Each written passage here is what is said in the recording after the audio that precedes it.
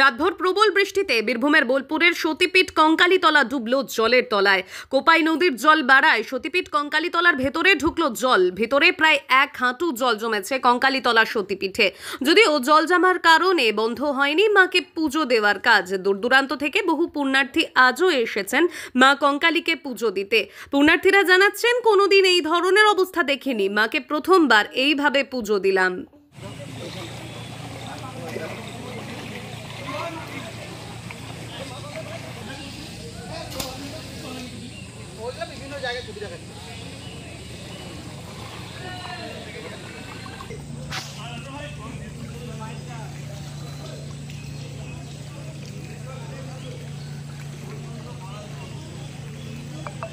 কালীতলা মন্দির জলের নিচে।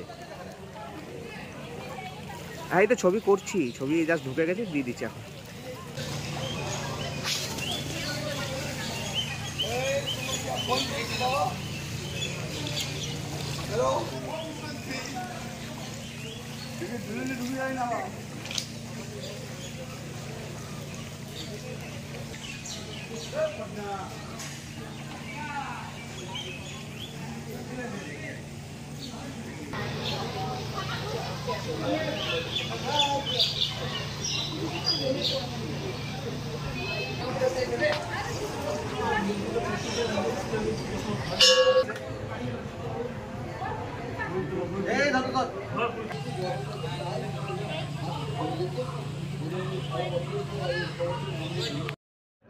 অবস্থা এখন কিছু নেই। এইগুলো এই বন্যাটা বিগত দিনে 10 বছর আগে প্রায় এখানে ভাসত, ডুবে যেত, এবং সারা বছরে যে এই কবছর আমাদের বন্যা হয়নি, যা বলে এখানে মৎস্য টৎস্য পাতা মাথা পড়ে থাকে অনেক কিছু আবর্জনা। আজকে মা এটা মাঝে মাঝে বছর 2, 3, 4, 5 করে ধুয়ে যায়, পরিষ্কার পরিচ্ছন্ন মায়ের কুণ্ডুটা ধুয়ে যায়, পরিষ্কার পরিচ্ছন্ন হয়ে নতুন জল আবার পরিপূর্ণ হয়ে যায়।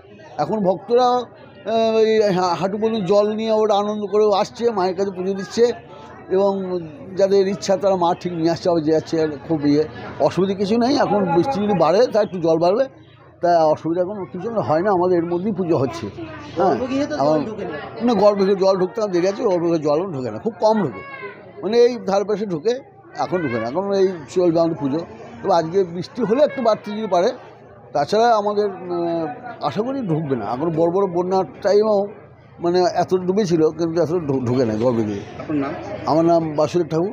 হ্যাঁ, এখানে সবাই ছিলাম বোলপুরে, ওখানে আমার এক ফ্ল্যাট আছে, ওখান থেকে আমরা প্রত্যেকবারই আসি, যখন মায়ের কাছে আসি, কঙ্কালী মায়ের কাছে আসি। কি দেখছেন আজকে?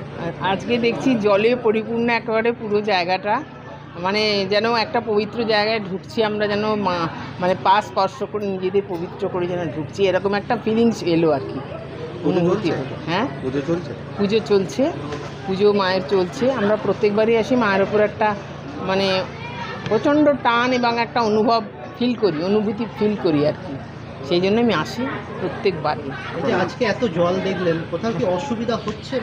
অসুবিধাটা মনে করছি না, কারণ যেহেতু মায়ের মন্দির এবং যত ছোটোখাটো বাধা, সেই বাধাগুলো পেরিয়ে মায়ের কাছে আসা মানে একটা যেন মনস্কামনা কিছু পূর্ণ হওয়া মনে হয়, আমার মনে হয় আন্তরিকভাবে। আপনার নাম? আমার নাম মধুমিতা মুখার্জি। মায়ের থানে এসেছি পুজো দিতে। কি অবস্থা দেখলেন? পুজো দেবো। হ্যাঁ, কি অবস্থা দেখছেন? অবস্থা এমনি ঠিকই আছে, ভালোই লাগছে। তো এরকম জল তো কোনোদিন দেখি নাই কঙ্কালীতলাতে এসেছি আগে, এরকম জল কোনোদিন দেখি নাই আমি এসে।